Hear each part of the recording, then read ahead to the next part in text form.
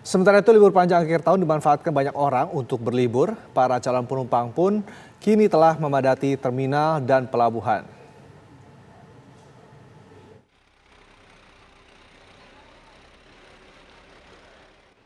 Gelombang pemudik mulai terlihat memadati sejumlah loket penjualan tiket perusahaan otobus tujuan Lampung, Palembang, Jambi, Padang, Riau, dan Medan di Terminal Induk Kota Bekasi, Jawa Barat. Sejak 2 pekan terakhir ini, tercatat peningkatan jumlah penumpang hingga 50% dibandingkan dengan hari biasanya. Bus yang berangkat dari Terminal Induk Kota Bekasi pun sudah mencapai 6 hingga 18 bus perharinya. Untuk mengantisipasi melonjaknya jumlah penumpang di H-3 Nataru, Dinas Perhubungan Kota Bekasi sudah menyiapkan 10 unit bus pariwisata tambahan. Lonjakan penumpang juga mulai terlihat di Pelabuhan Nusantara Parepare, Sulawesi Selatan. Jumat pagi, sekitar 2.500 penumpang tiba di pelabuhan yang menjadi pintu masuk utama ke Provinsi Sulawesi Selatan ini.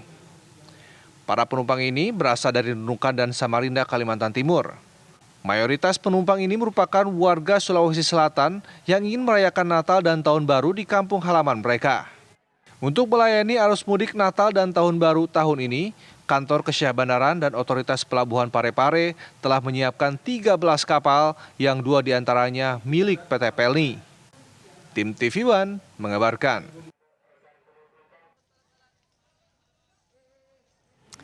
Menjelang libur Natal dan Tahun Baru, stasiun kereta api Pasar Senen Jakarta Pusat juga mulai mengalami peningkatan jumlah penumpang. Kami akan ajak Anda untuk mengetahui informasi selengkapnya bersama rekan Bimo Asdani langsung dari Stasiun Senen. Selamat pagi Bimo, bagaimana kondisi terkini saat ini? Sudah ramaikah penumpang kereta api yang mudik untuk libur Natal dan Tahun Baru?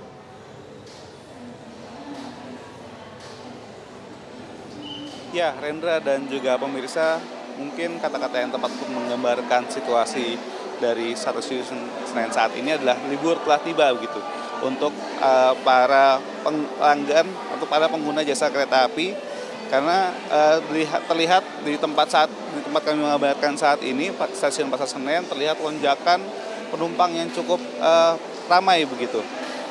Untuk menghadapi lonjakan dari libur Natal dan Tahun Baru, PT KAI sudah menyediakan sebanyak 5.562 kursi penumpang secara keseluruhan yang terdiri dari 467 unit kereta untuk persiapan menghadapi liburan Natal dan Tahun Baru.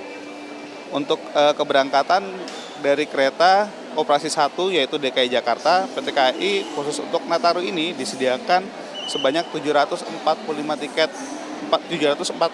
tiket, maksud kami, dengan jumlah tujuan favorit masih di Yogyakarta, Solo, Semarang, Purwokerto, Tegal, Kutoarjo, Surabaya, Malang, dan Madiun. Penambahan kursi ini oleh PT KAI dalam masa Nataru mulai dari tanggal 22 Desember sampai 8 Januari.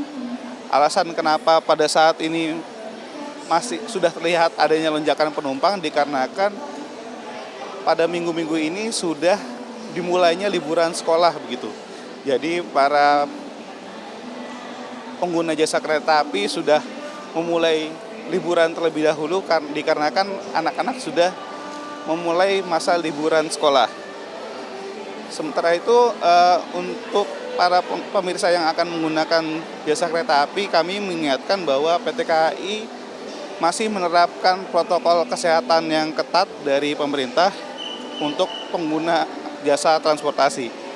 Untuk penumpang dewasa diwajibkan menggunakan vaksin ketiga yaitu atau vaksin booster, dan jika mengalami gangguan medis, maksud kami mengalami halangan medis untuk melaksanakan vaksinasi diharapkan menunjukkan keterangan surat dokter dari rumah sakit yang dirujuk. Sementara untuk penumpang anak-anak usia 6 tahun ke atas wajib melakukan vaksinasi kedua, dan sama seperti penumpang dewasa jika tidak memiliki halangan medis diwajibkan memberikan surat keterangan dokter. Sementara untuk penumpang anak-anak di bawah 6 tahun tidak wajib untuk menunjukkan hasil vaksin, namun diwajibkan untuk pendampingnya.